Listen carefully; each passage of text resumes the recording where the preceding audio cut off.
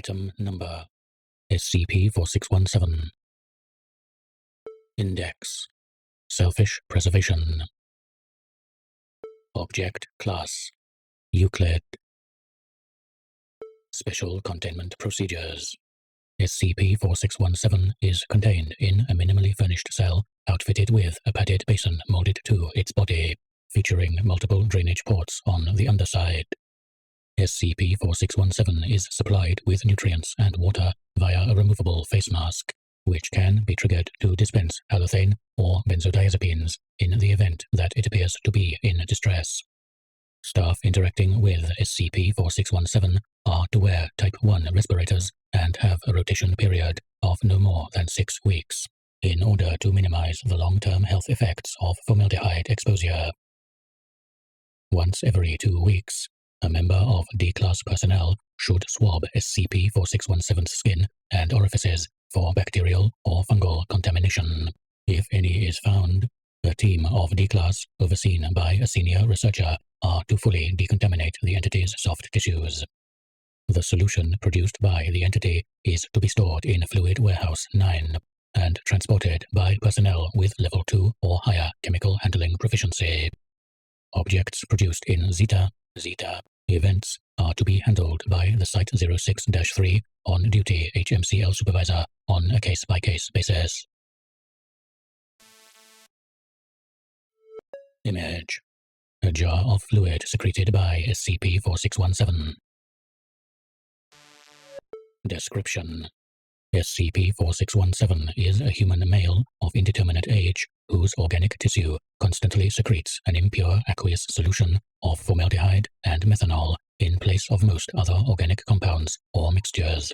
Neither sweat, mucus, saliva, blood plasma, bile, lymph, digestive fluid, tears, or vitreous humor are produced by the entity. SCP-4617's cells are unanimously non-functional, and it appears to be effectively immortal.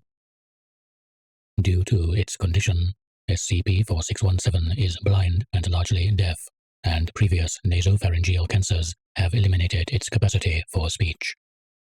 Likely the result of formaldehyde exposure, with numerous tumors now consisting of dead, stiffened tissue. Large portions of its skin are missing due to the lack of most biological healing and gradual tissue erosion, and the embalming properties of the secreted solution render it unable to move without great difficulty. While SCP-4617 expresses a psychological need for food, water, and oxygen, displaying psychosomatic symptoms and distress if they are withheld, the preservation of its body appears to negate all normal biological requirements. SCP-4617 has successfully endured up to 9 weeks without food or water, displaying no major physical deterioration during this time. Once every 18 days, plus or minus 15 hours, SCP-4617 will undergo a Zeta event, during which time it will violently convulse, tense all muscles, and slowly expel from its mouth a single mason jar, diameter 2 centimeters, filled with chemically pure water. In approximately 9% of cases, this jar will also contain a single object or document related to SCP-4617 in some way. This is presumed. The origin of many items are yet unknown. Despite being submerged in water, all objects have been in perfect condition upon their retrieval, and have remained undamaged while within their respective jar. To date, such objects have included small denominations of coinage, a pocket watch, polished but unwound, a birth certificate identifying SCP-4617 as one Richard L. Hoffman, a dog collar, a sepia-toned photograph of SCP-4617, presumably pre-anomaly, and a young woman sitting in front of a canal. Pages of notebooks containing diary entries, small watercolor paintings, and poems centered around the themes of rebirth, youth, and impermanence. Glass files of the solution secreted by SCP-4617. A sketch of an idyllic countryside scene featuring SCP-4617, the woman from the aforementioned photograph, and 2 young children standing in front of a cottage. All but SCP-4617 are smiling. A pair of spectacles, broken.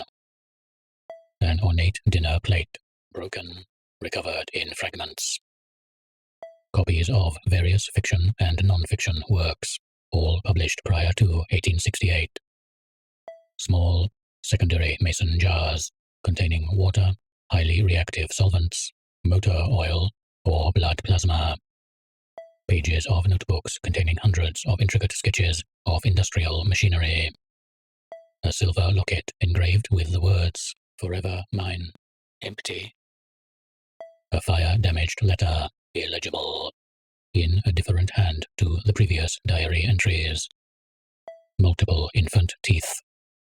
Drawings of the chemical structures of methanol, formaldehyde, and glutaraldehyde. Used matches. A single human heart, salted. Following the Zeta event, SCP-4617 will be unable to physically sense the contained object, and its capacity to perceive the object's existence, even indirectly, will vanish completely in the following hours.